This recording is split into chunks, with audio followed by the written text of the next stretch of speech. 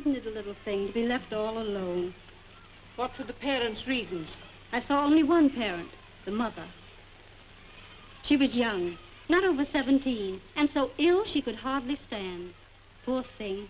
Did you explain our regulations? Oh, yes. I told her that we never revealed the names of the people who adopted our babies. I made it perfectly clear to her that in giving up her child, it was lost to her forever. Poor girl. Born? May 20th. Name of father? She refused to give it. Name of mother? Mary Bancroft.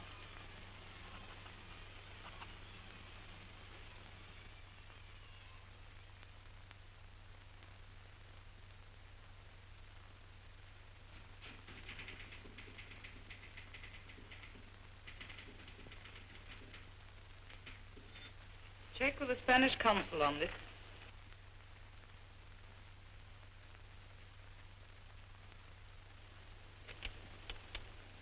Tell her there's been no report since his incarceration, which was in 1928. Pardon, Miss Bancroft. The president of the Professional Women's League wishes to know if you will be guest of honor at their annual banquet on September 1st. Tell her I'm extremely sorry, but I'll be in Washington. File this under secret information. Mr. Remington to see you. Mr. Remington? Well, you sent for him, Miss Bancroft. Did I? Oh, yes, I forgot. Ask him to come in. We'll do the rest of the letters later. Oh, very well.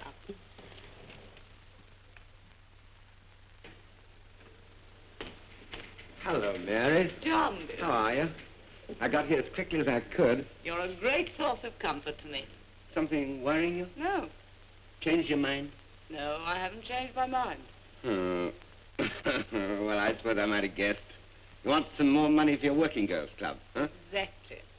For a district attorney, John, you're very discerning.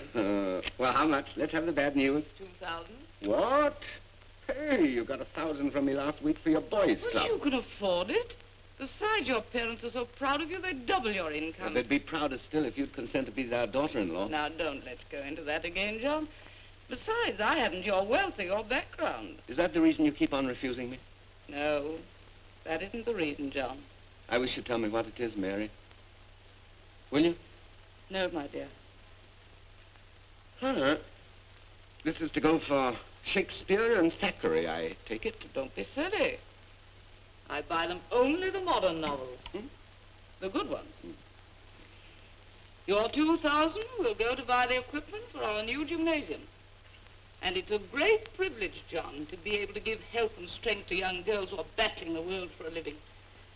They need our help, John, every bit of it.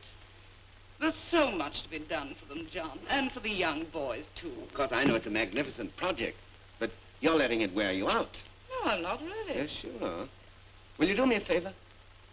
You know I can't say no. You've done me so many. All right. Now, you're going to forget all about work and business for one evening, and you're coming out to dinner with me. Then we'll go to some nice, bright show, and later on, maybe we'll take in a few nightclubs. I'll be ready at 7, and you will keep me out as late as midnight. Midnight, huh? Right.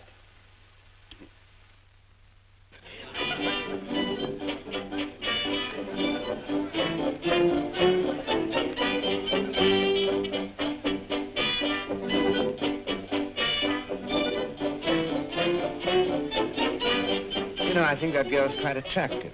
She is, but to me she's pathetic. Why? She's so young to be in such sordid surroundings.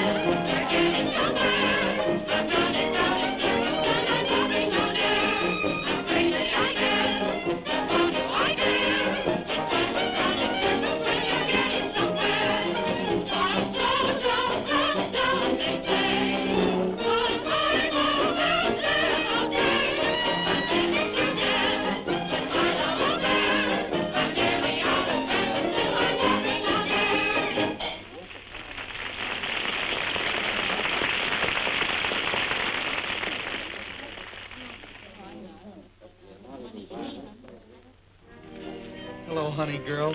Gee, your number was swell. What's the matter, kid? What is it? I can't stand it any longer, Bob. I just can't. Oh, baby. What do you want me to do? Oh, marry me, honey, and take me away. Let's go tonight. Take more than I can scrape together right now. Oh, sweetheart, you know I'm daffy about you. It isn't the money. You just don't want to marry me. That's it. Oh, Nora, honey, you know better than that. You know I love you, and I want to marry you just as soon as I can give you a decent home and the kind of clothes you ought to have. I don't need a lot of clothes, and I'm not used to a decent home. You know that. Oh, won't you listen to reason, kid? No. I was fool enough to ask you to marry me, and you turned me down. So that's that. Oh, say, don't ever let anybody tell you I turned you down. I've got enough dough for car fare to Connecticut and a trip to the minister. That's plenty, Bob. Between us, we'll make it. Oh, gee, kid, you're sweet. I wish I could kiss you. I dare you.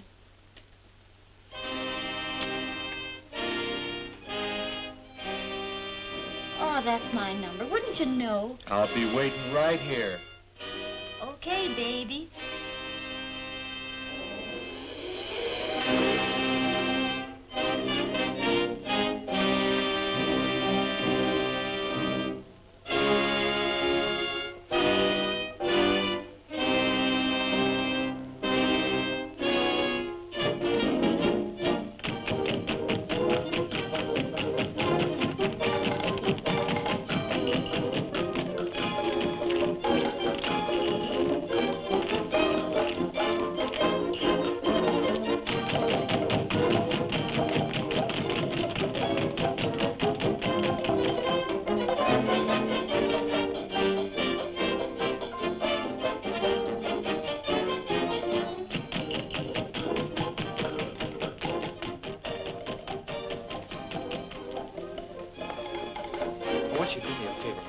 Blowing yourself again tonight, eh? Yeah, but I saved enough out of it to give you a quarter if you'll deliver this note to Nora's dressing room right away.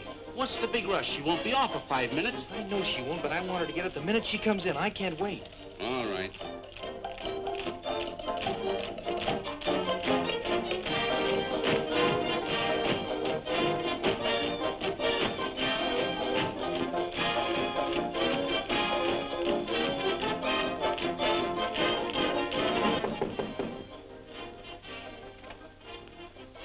Well, what do you want? Well, one thing I want you to know, it's against the rules of the house for you to be in here. It's all right, Murphy's with me. There's no improvement to the company. Well, if that's all you got to say, suppose you beat it. Well, I have business here. Oh, yeah?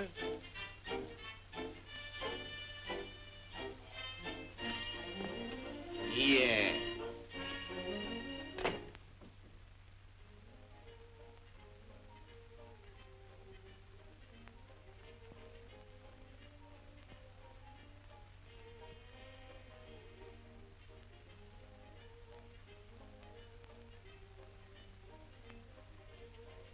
Read that.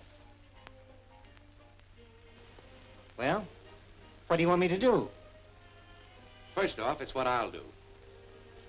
I'll back the show and give you a job on the business end at a good salary.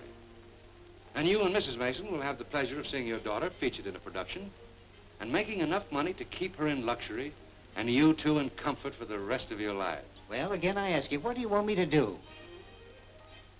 Now, you know I'm crazy about Nora.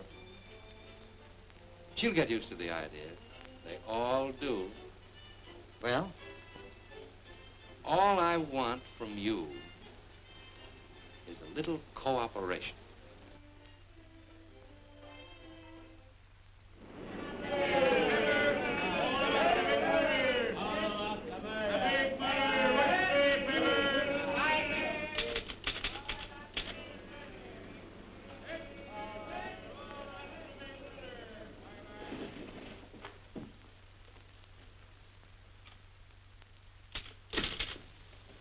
Is Miss Bancroft in? I'll see. Never mind.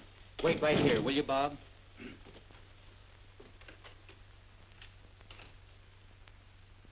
Miss Bancroft, I've got a great case for you. The biggest case in years.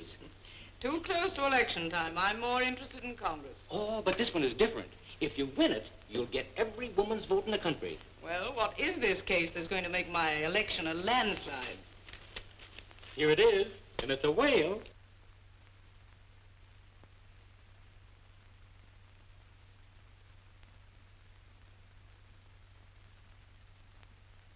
I've read the story. It's too sordid and repulsive. What do you know about it? Everything. Oh, how clever of you. Oh, now, please. Just a minute. I believe you're staging a mystery act, Mr. Barnes. You haven't seen anything yet. Oh, Bob, will you come in, please?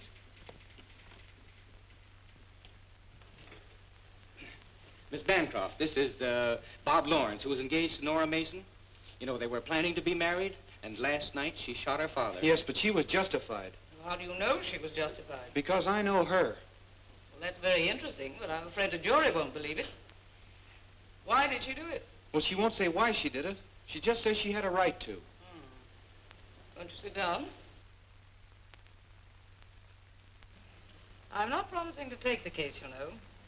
Have you any idea what her motive might have been? Well, her old man liked his booze, and sometimes when he got drunk, he abused Mrs. Mason.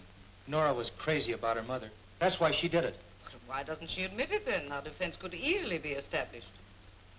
What have you to do with this, Mr. Barnes? Well, Bob and I are old friends, and he looked me up this morning and brought the girl up here and her mother with him. You brought them here? Yes. You certainly have courage. Run along and send them in. Oh, but you will take the case, won't you, Miss Bancroft? I can't promise anything until I've seen her.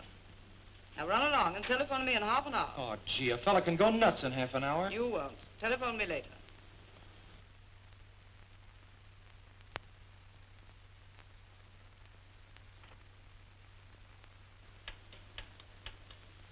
Yes, Miss Bancroft. Oh, Miss Hutchinson, get the district attorney's office and ask Mr. Remington to please come over here at once. And tell him to bring an officer with him.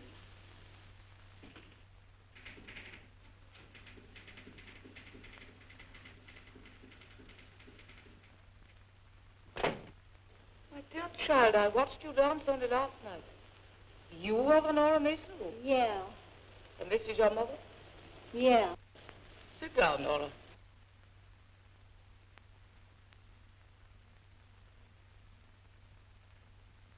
How old are you? 19, believe it or not.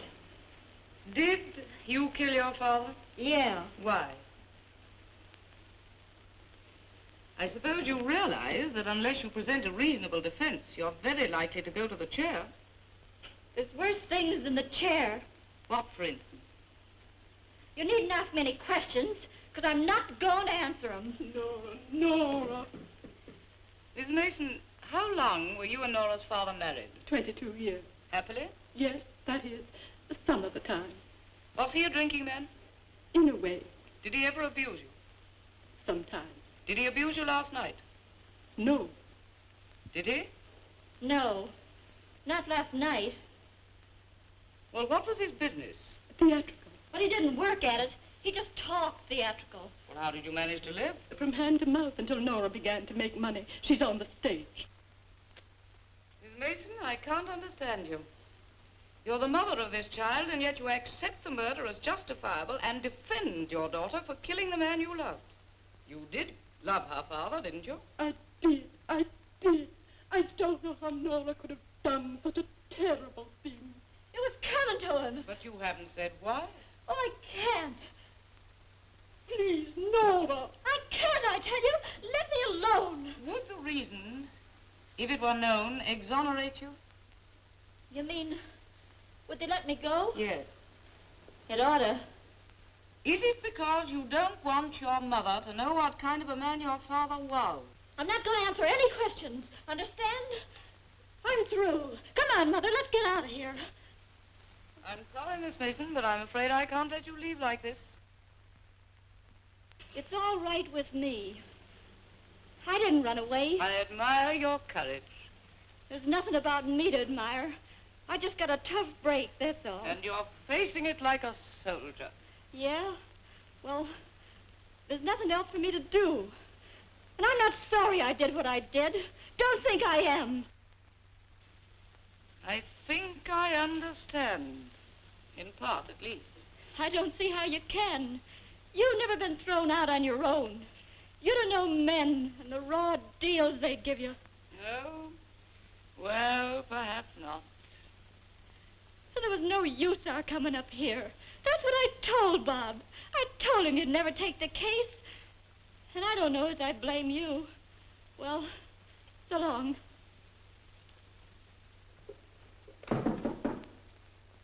Come in. I'm sorry, Miss Bancroft. I couldn't wait another minute. Are you going to take the case? Yes, Bob. You're going to defend me? Yes, Nora. Gee, you don't know what this means to both of us. I don't know how we'll ever thank you. Oh, don't do that until after the verdict. Honey, you're as good as acquitted right now. You got the greatest criminal lawyer in America. And I've got enough for a retaining fee right here. We'll talk about that, young man, when I've done something. You're not going to back out? No, I won't back out. Oh, honey. I can just hear the jury coming into the verdict now. Not guilty. Mr. Remington is here to see you. Ask him to wait a moment, please. The district attorney is here. Say, can't we keep Nora out on bail? Not on a charge like this. Now, Nora, I don't want you to talk about this case to anyone. Anyone. You understand? Not a chance. You see, honey, she don't want you to spill nothing that's going to hurt your case. All you got to do is keep on saying, I refuse to answer on advice of counsel. You've studied law, have you? No, but I've been pinched a couple of times. And now, I'd like to speak to the district attorney alone. Will you step into my other office for a moment, please? Sure.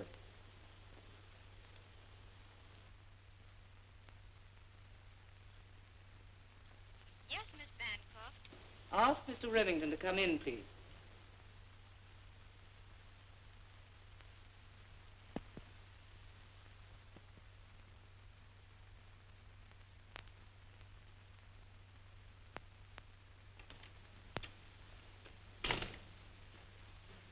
Hello, Mary. Hello, John. Well? I've just taken the case of a client charged with murder. Oh, that means we've both got a job. Well, I'm afraid my job will be harder than yours. And you want me to give you advice? My dear John, you wouldn't give me advice to save your own mother. Not if she were guilty, no. Whose mother are you going to defend? That's the case. My force had been looking for that kid. Hmm? What do you know? She's my client. But she's guilty, Mary. This case will do you a great deal of harm, professionally and politically. I've considered that, and I'm going to take the case just the same. I see. I see. You've seen the young lady, and she's given you her word that she's quite innocent. Oh, my dear John, save your sarcasm. I've talked to the young lady, and she is innocent, or at least justified. She's in there. I thought you might like to meet her. Does she admit having killed her father? Yes. All right. All right, if she'll admit that to me, it's all I want to know. I've already enough evidence as to the motive. You're going to try the case yourself? Certainly I am. And you think you're going to beat me? I'm positive. I'm going to convict this vicious little gold digger. My dear John, calling our names won't do any good. So that's your slant, is it? She's just a poor little victim of New York nightlife, who makes a living by the gentle arts of seduction, blackmail, bootleg liquor, and indecent appeal. Oh, Mary, please don't touch this case. It's a mess. A filthy, beastly mess. I believe you're right. And that's just why she needs me.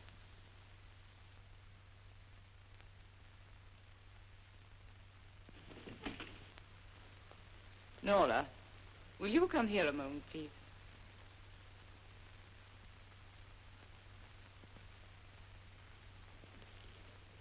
Mr. Remington, this is Nora Mason. I've been looking forward to meeting you, Miss Mason. Yeah? Well, the pleasure is all yours.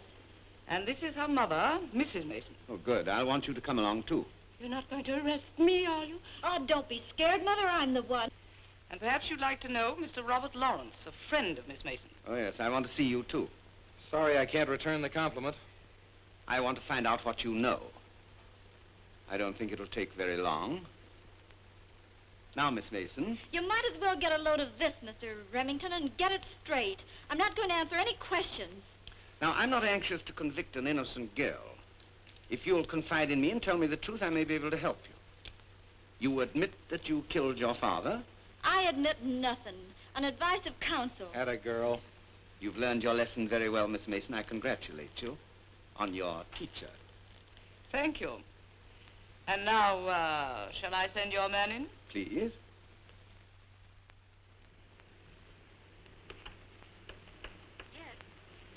Tell the officer to come in, please.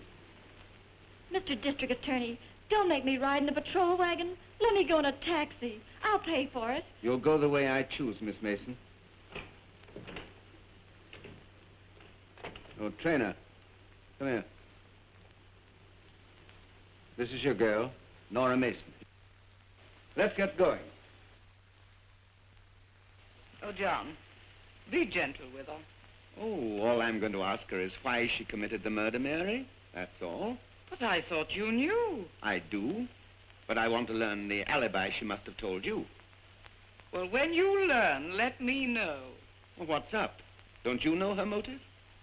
You suppose I'd have taken the case if I didn't? My dear, I don't know what you'd do. See here, John. You think you know why Nora Mason killed her father, but you don't. You think the motive was trivial and base, and I'm telling you you're wrong. You're positive, you and your men, that you found the real reason, but if you had, your hat would be in your hand every time you speak to her. All right, I'll bite. What's the answer? Why did Nora Mason kill her father? Has it ever occurred to you, Mr. District Attorney, that someone else might have killed Mr. Mason? Who, for instance? Isn't it just possible that Nora's protecting someone dear to her? Someone she loves better than life? Who? Her mother, perhaps. Oh.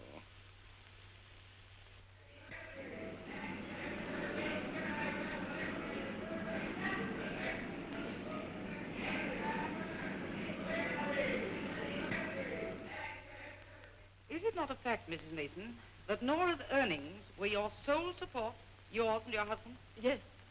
Did Nora give you all her money? She kept only enough for her own personal expenses. And is it not a fact that no sacrifice was too great for her to make for you?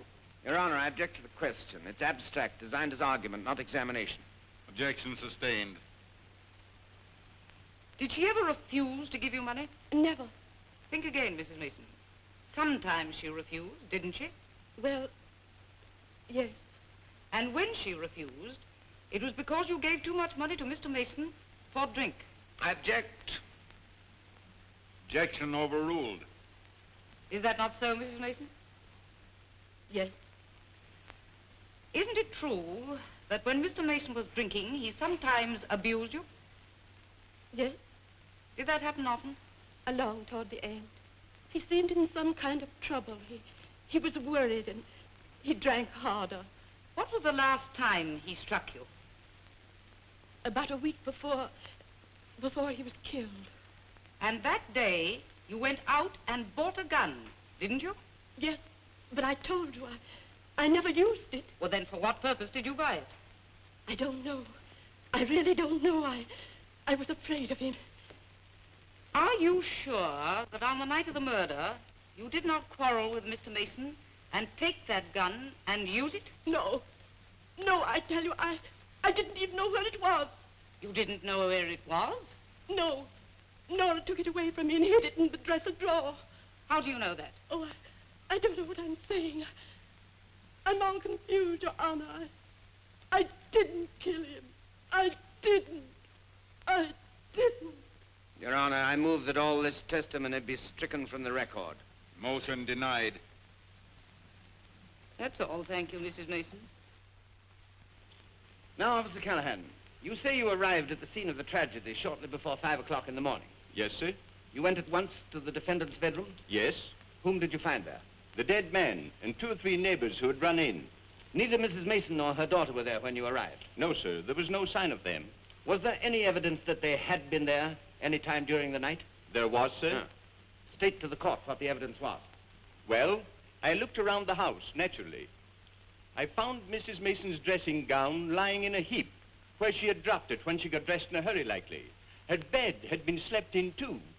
The girl's bed had been turned down, and her nightclothes were lying around. Where was the gun? On the floor. Did you talk to any of the neighbors? Yes, sir. What did they tell you? They said that Nora bumped off the old man. Object. Hearsay evidence. Sustained. That's all.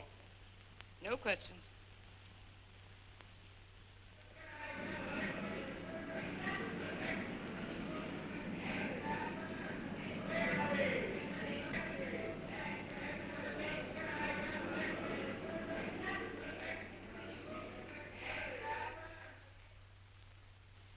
Put your hand on the Bible, lady. Solemnly swear to tell the truth, the whole truth, and nothing but the truth, so help you God? Sure. Take the chair.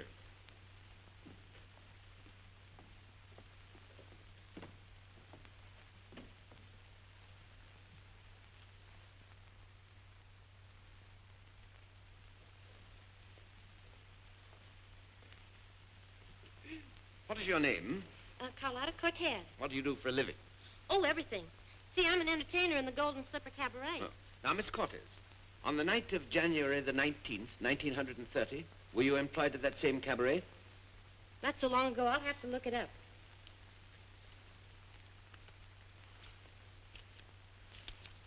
It says here on that evening I was out in the Albany night boat. Oh. Are you sure it was January the 19th? No, that was the 18th. On the 19th, I had dinner at the cabaret with, do I have to tell who it was? No, it isn't important. It was important. You ordered 5 quarts of champagne. Oh. Now, Miss Cortez, did you know the deceased, Henry Mason? Oh, yeah. I've seen him lots of times around the cabaret. Was he there on the night of January the 19th? Yeah. Anybody with him? Gregory Jackson. Oh. Where did you see them? They were seated at a table. And later, when I went to change for the Peacock number, I saw him in Nora's dressing room. Was Nora with them? No, she was out on the floor doing her stuff. Oh. Was she with them later? I'll say she was. I could hear them yelling back and forth at each other. Oh, you heard them? Oh, sure. You see, my dressing room was right next door to Nora's. What were they quarreling about? Oh, Mr. Mason was yelling at Nora about her running around with Bob. Oh, he meant Mr. Lawrence. Mm-hmm. What else did you hear? I heard Mr. Mason say, "Get that sap out of your head. We got other plans for you." And Nora said, "Well, I have some plans of my own." She said, "I love Bob, and I'm going to marry him if I have to over your dead body." Huh.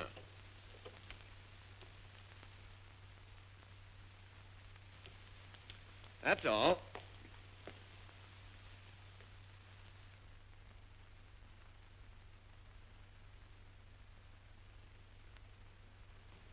You have very acute hearing, have you not, Miss Cortez? I never heard it called cute before. Well, you must have been listening very closely. Well, the walls are pretty thin. It wasn't the first time I'd listened to their hatchet act. What do you mean? Oh, they were always squawking at each other. What about? About Nora running around with Bob. You have a very good memory, too, haven't you? Sure. I admit it. Well, if you've such a good memory, why do you carry a notebook? Why, for my names and telephone numbers. I'm always afraid I'll forget them. I'd like to see some of those names and numbers.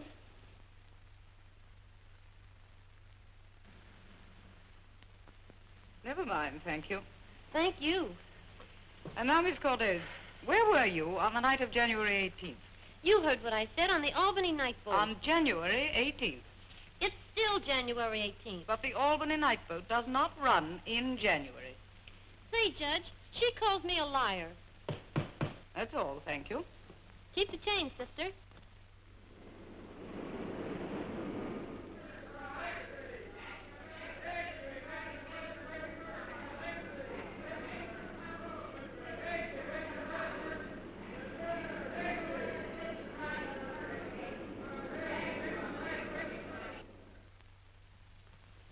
Did you ever hear Mr. and Mrs. Mason quarrel? I've heard Mr. Mason abuse her plenty of times. Did you ever see him strike her? Say, what do you think I am? I beg your pardon, I mean certainly not. You mean you wouldn't have permitted him to strike her? He'd have to hit awful quick. Did you ever see her bearing the marks of his abuse? Once or twice. When was the last time? About a week before Mr. Mason was killed. Tell the court about it. Well, Mrs. Mason and Nora discussed that. I didn't say anything. Well, what did Mrs. Mason say?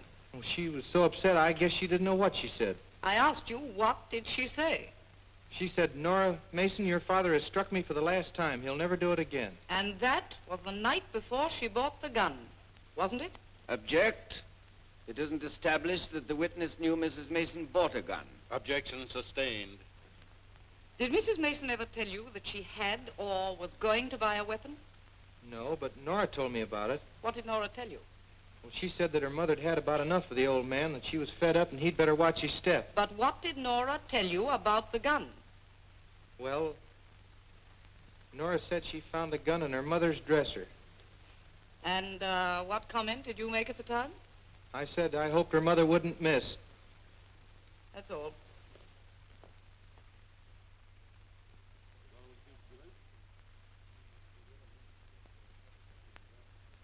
What is your name? James Murphy, Your Honor. I'm not Your Honor. You address His Honor as such. The judge, the judge. James Murphy, Your Honor. You're what is called a bouncer at the Golden Slipper Cabaret, are you not? I'm the special officer. Oh. Do you know the defendant? Ain't that the reason I'm here? Did she work at the cabaret? How could she work in the cabaret and me not know her? Will you please answer yes or no? Did she work at the cabaret? She did till she croaked her old man. Object? Sustained. You will please reply yes or no to all questions susceptible of answer in the negative or the affirmative.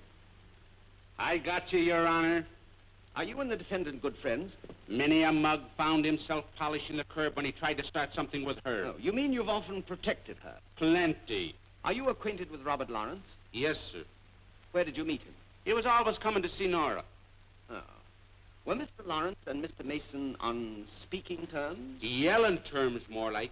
Mason was afraid that Bob would take his daughter away. She was the old man's meal ticket. Oh. Now tell me.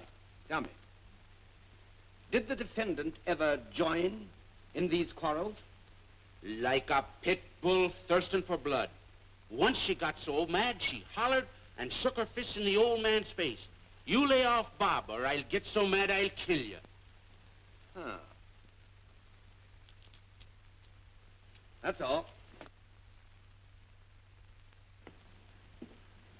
Mr. Murphy, did you ever have a quarrel with anyone and say to him or her, someday you'll get me so mad I'll kill you?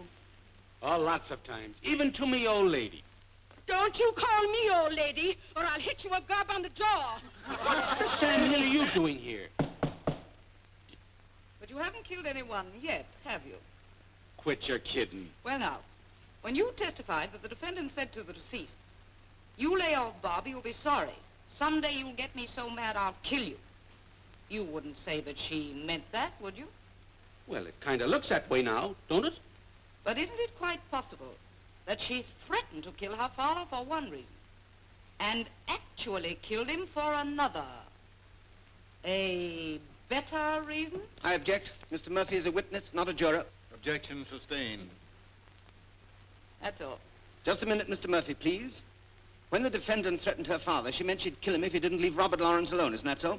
Just me very words. And it was Bob Lawrence she referred to, wasn't it? Nobody else. That's all. How do you know that she referred to Robert Lawrence? Well, I think so. But she didn't say so, did she? Well, no. That's all.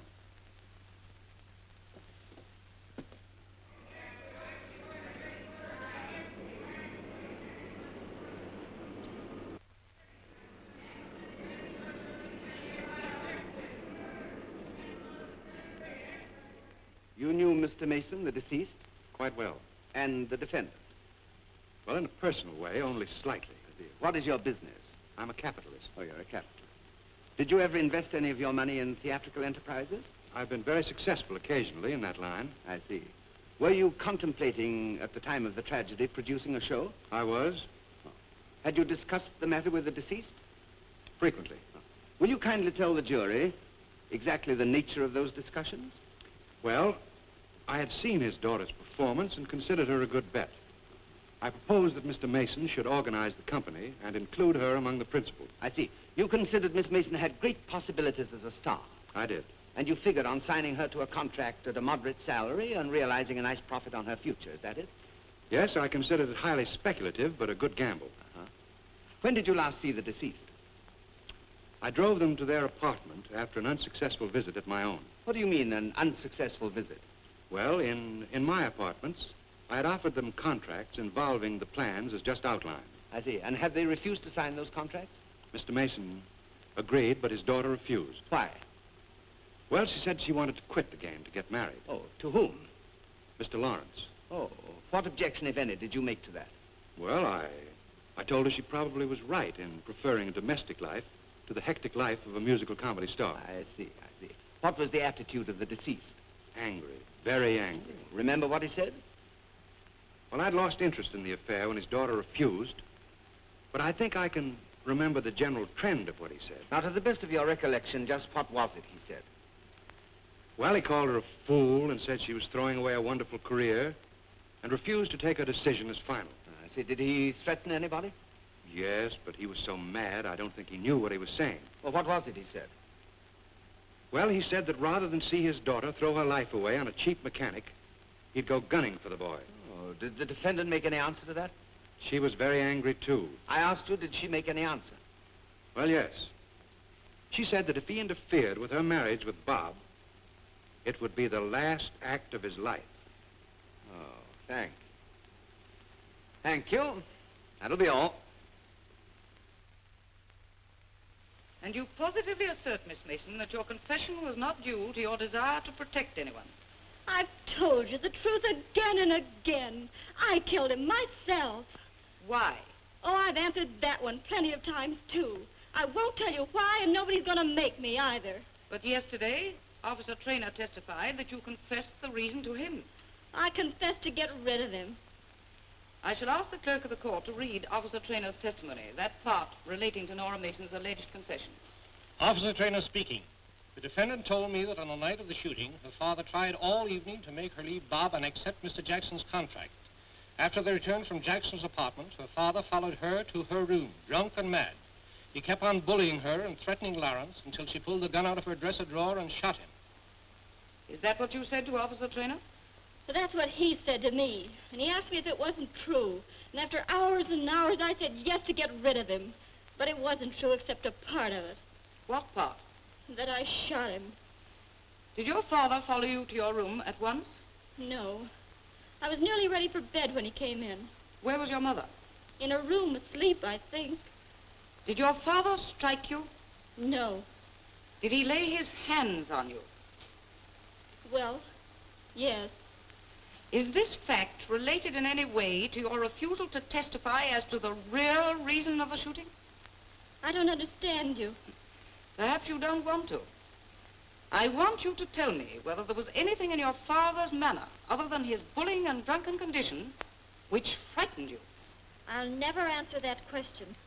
I object, Your Honor, to this entire procedure. Objection overruled. And I shall ask that the entire testimony and all the questions be stricken from the record. It constitutes a base slander on the memory of the deceased. An insinuation which can only cause revulsion in the minds of decent people. You need not excite yourself, Mr. Remington.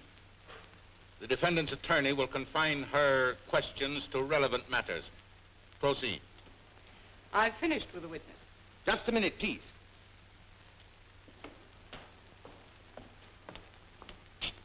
Are you aware of the construction which can be placed on your statements by the jury? I object. This is not cross-examination, it's argument. And I suggest, Your Honor, that the jury has a right to know when and how the defendant decided to repudiate the confession made in my office. Objection overruled. Exception? When and how did you decide to deny the confession you made Officer Traynor and witnesses and substitute slanderous suggestions? I didn't decide anything about it. How can you say that you didn't decide to change your testimony when you have changed it? Miss Bancroft brought it out, so far as it goes. So far as it goes? As if such insinuations could be casual, accidental. Why don't you tell the truth? Oh, I can't. You can't. Again and again, that specter of insinuation raises its ugly head. But now I'm going to ask you something, and you shall answer intelligently. Since you have chosen to deny the truth of the confession you made Officer Traynor and witnesses, and since you have been unable to justify the base slander against the memory of the deceased, will you not, here and now, clear your dead father's name of indecency by relating to this jury why you, Nora Mason, did on the night of the 19th of January, 1930, shoot and kill Henry Mason, your own father? Henry Mason was not her father. I say again, Henry Mason is not her father.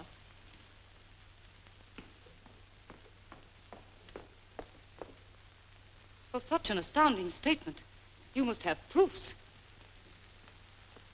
Who are you? I'm Miss Kennedy, matron of the Good Samaritan Orphanage. I beg your pardon, Miss Kennedy. If Your Honor pleases, I would like to place Miss Kennedy on the stand.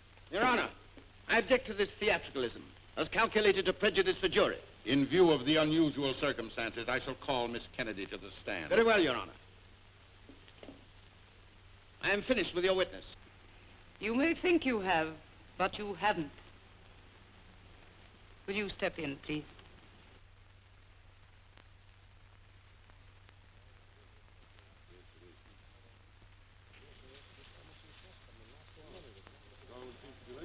That's all. Thank you, Nora.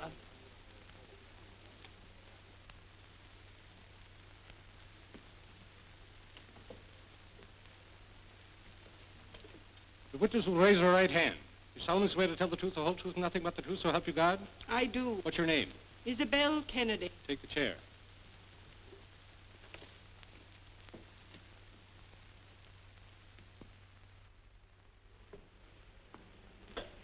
Will you please tell the jury who you are? I'm Miss Kennedy, matron of the Good Samaritan Orphanage. What knowledge have you of this case? 19 years ago, Mr. and Mrs. Mason legally adopted a baby girl. And the real mother of Nora? Who was she? That is what we never divulge. When we took her child, she gave up all right ever to see it again. It went out of her life forever and became as nearly as possible the child of Mr. and Mrs. Mason. I see. Where are these facts recorded? On a card, filled out at the time. Have you this record with you? I have. Miss Kennedy, how does it happen that you come to this court today armed with such a document? I have been in court every day since the trial started. But why did you come? Until the foundlings from our institution become of age, we try to keep an eye on them. I have watched over Nora. Do you consider her a good girl? A very good girl. We prevented Mr. Mason from putting her in the cabaret until she was of age. This card of entry which you have, you would be willing to submit it as an exhibit if the court deemed it necessary, would you not? I would have no choice. But I should deeply regret it. Thank you, Miss Kennedy. You may take the witness, Mr. Remington. Your Honor, I see no reason why this documentary evidence should be withheld from the jury. If the witness will hand the document to the clerk, I will take the matter under advisement.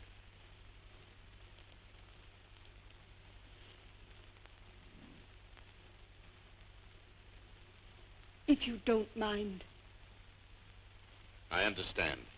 The clerk will hand it to me. Your Honor, I should like to recall Nora Mason for redirect examination. Very well. Will you be good enough to sit at my table for the present?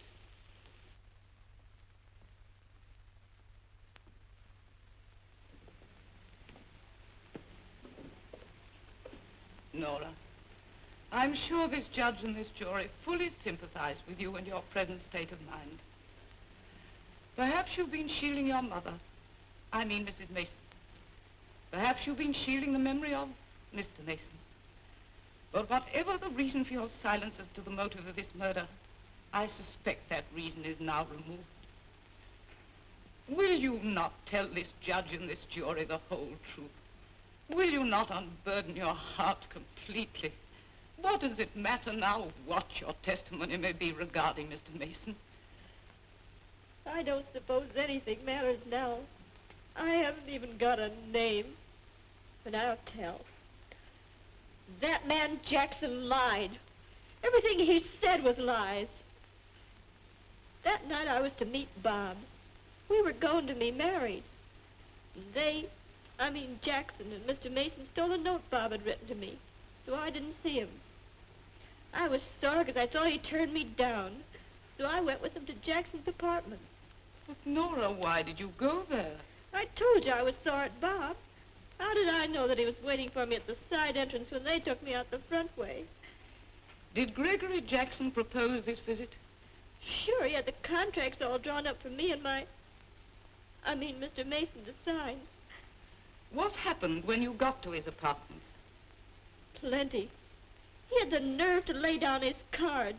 And the man I thought was my own father had the nerve to okay them. I begin to see. But I'm afraid, distasteful as it may be, you will have to be more explicit. All right. They tried to sell me a rotten idea. Jackson said he'd make a star of me or something, but first he'd make... Well, when he got it over what it was going to cost me, when I saw that the man I thought was my own father was in on such a deal, I don't know what I said or did. Your Honor, I have listened patiently to the learned counsel for the defense, and I must object to her conduct toward this witness. And just what is your objection? This is not a theater, this is a court of justice. And my duty to the state demands that I protect the jury from this hysterical emotionalism. Can it be that the prosecution fears the truth? No, we want the truth. But I contend that the attorney for the defense is exceeding her rights. She's attempting to sway this jury. And I must warn them not to be influenced by the fact that she is not only a brilliant lawyer, but that she is a woman. A very attractive woman. I thank the district attorney for his compliments, but I would remind him that there is nothing in the statutes which prevents a woman from practicing law. Counsel for the defense will proceed with the witness. And then did you go home, Nora? No. My father, Mr. Mason, pretended I'd misunderstood. And Jackson put in with him. And he said just to show how wrong I was, he'd produce the show anyway and give me a leading role if I'd give up the idea of marrying Bob. And did you consent to that? Well, not exactly. I said I'd think it over. But why did you say that? I told you I was sore at Bob. I understand. And what happened then? Well, Jackson said he'd open a little wine just to show there was no ill feeling. And we'd drink to my success, married or single. And Mr. Mason was there all the time, of course? Certainly he was. Do you think I'd have drunk anything in that man's apartment if I hadn't thought I was safe with my own father there? What happened when you got home, Nora? I tried to figure out how a girl's own father could be in on a thing like that. Only one thing was clear in my mind, and that was that would kill my mother if she ever dreamed of such a thing. And then he came in. You mean Mr. Mason? He was drunk. Disgusting. And I had to listen while he tried to force me into consenting. And then he said I couldn't blame any man for loving me. I don't remember what happened, except that I saw him on the floor, dead, and the gun was in my hand.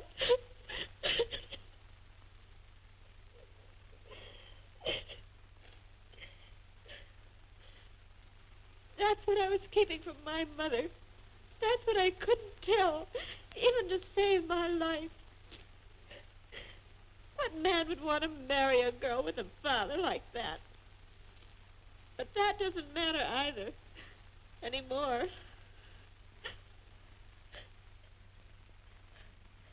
That's all, Nora.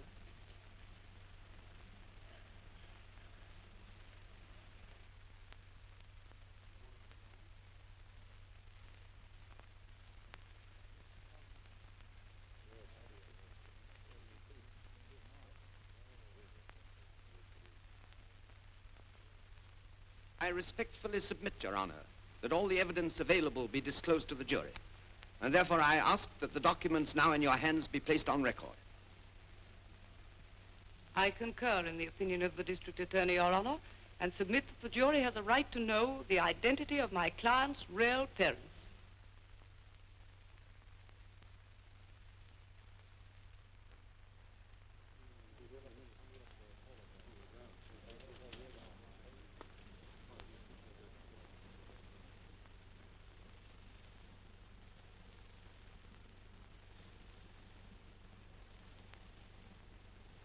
I ask Your Honor's permission to withdraw my motion and to assure the court that the real parentage of the defendant is not of the slightest significance. The state is willing to stipulate that Mrs. Mason is not her mother, nor was Mr. Mason her father. And I deny the right of the district attorney to be the judge in this matter, Your Honor.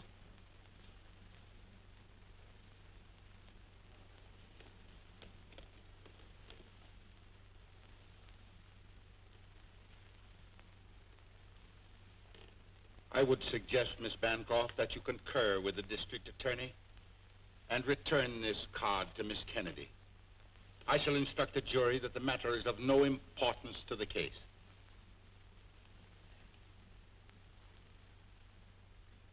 May I look at the card, please? If you wish.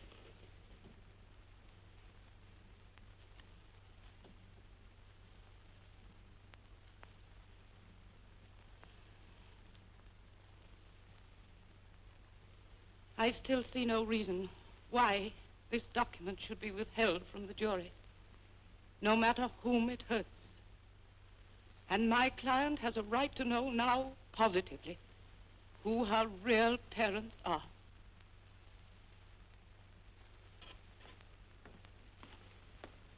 Mary, what are you doing? Don't, I beg of you. Read it, please. All of it, Miss Bancroft? All of it. Good Samaritan Orphanage. Registry card, case number 4826. Nurse in charge, Miss I. Kennedy. Date of birth of child, May 20th, 1911. Name of father, withheld by mother. Name of mother, Mary Bancroft.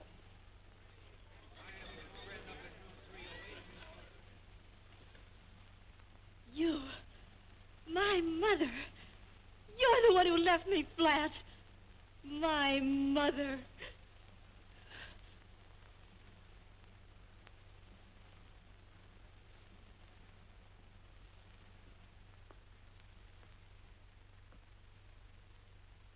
Gentlemen of the jury, you hold in your hands the fate of a child, a girl child accused of murder. Back of you is the law, sane, just, and powerful. You rest secure in its strength and its integrity. It sustains you in your right to bear this child's heart, to strip her soul of its illusions. But can it give you the right to take away a life she did not ask for? A life that was thrust upon her in shame and dishonor. For it was no sacred gift of joy and beauty, but a scarlet brand. She came into the world marked with the sin of another, and it is that other on whom you will sit in judgment. Not the child, but the woman who bore her, the mother whose love and guidance and protection she never knew. Give the child her freedom. Give her the tender pity of your heart, and hold the mother.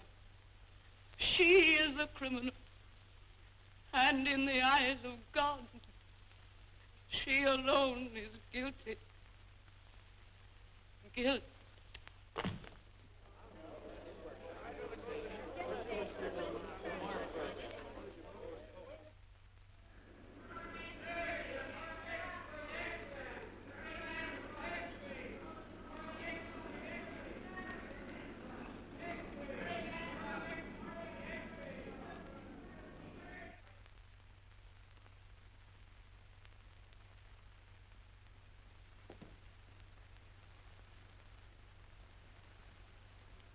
You don't look like yourself at all, Miss Bancroft.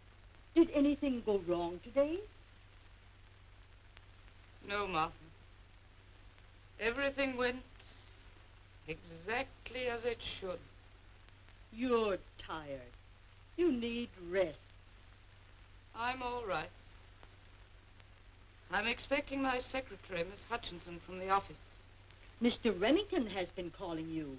He called at least 4 times. The last time he called, he said he was on his way down here. Tell Mr. Remington, if he calls again, that I'm not at home to anyone. Not at home to Mr. Remington? No. Very well.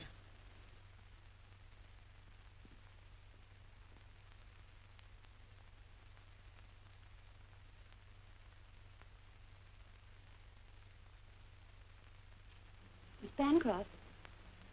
Yes. Come in, my dear.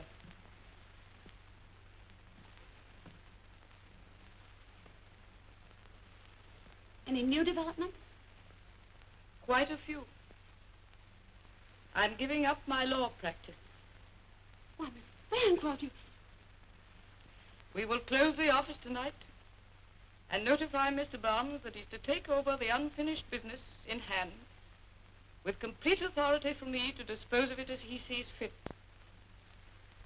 For your part, you are to give the staff notice and a month's extra check. This includes yourself, of course. Why, I can't believe it. Oh, Miss Bancroft, you don't mean it, do you? Yes, my dear. I'm sorry I forgot myself. I'll get in touch with Mr. Barnes the moment I reach the office. I shall be here a few days longer. If there's anything of vital importance, you can let me know. I see.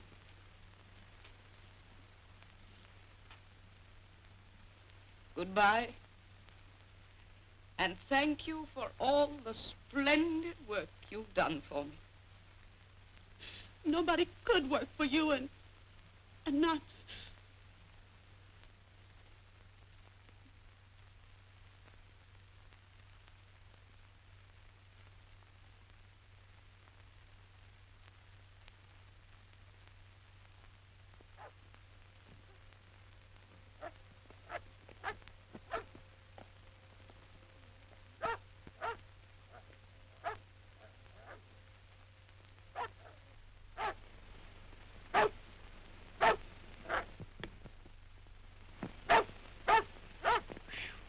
Mary, why did you refuse to see me?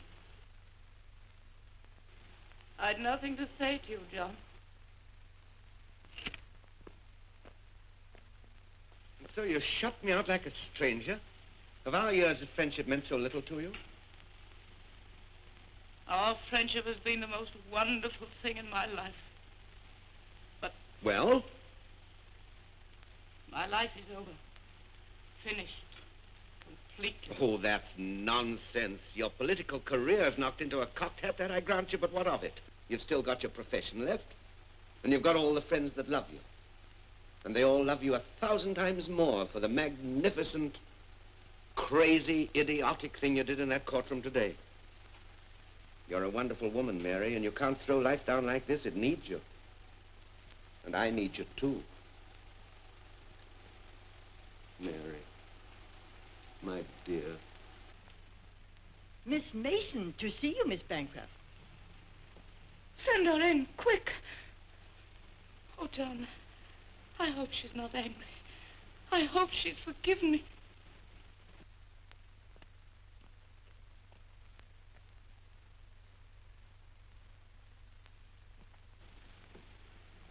Well, they acquitted me, so I'm free again, even if I haven't got a name. At least they didn't send me to the chair. I suppose I've got you to thank for that, and that's why I'm here. I don't want thanks, Nora. Your bill will be paid, don't worry. I don't want pay. What do you want?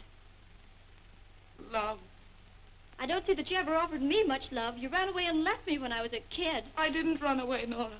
I had to give you up because you were starving and I had no money. I had to give you a chance for life. Chance? Chance is right. 100 to 1 chance I never even had a look in.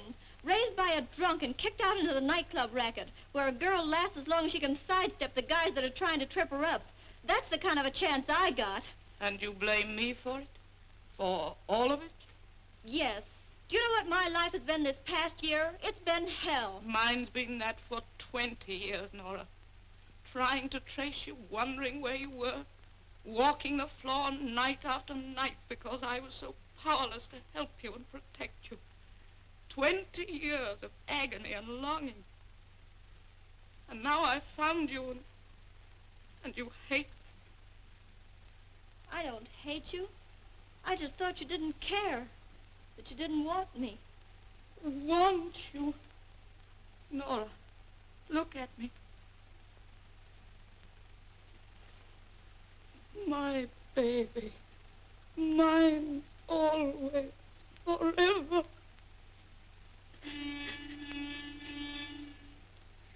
That's Bob, Mother.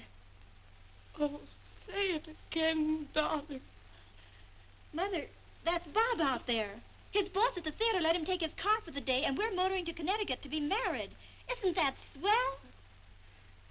But must you go right away, dear? Oh, yes, he's waiting for me, but we'll be back. Well, goodbye, Mother. Oh. Mother. What a wonderful word that is. Almost as wonderful as you are. Mary, are you doing anything this afternoon? No, nothing in particular. Why? Well, how'd you like to take a little trip up to Connecticut? Huh? Just swell. Well, come on.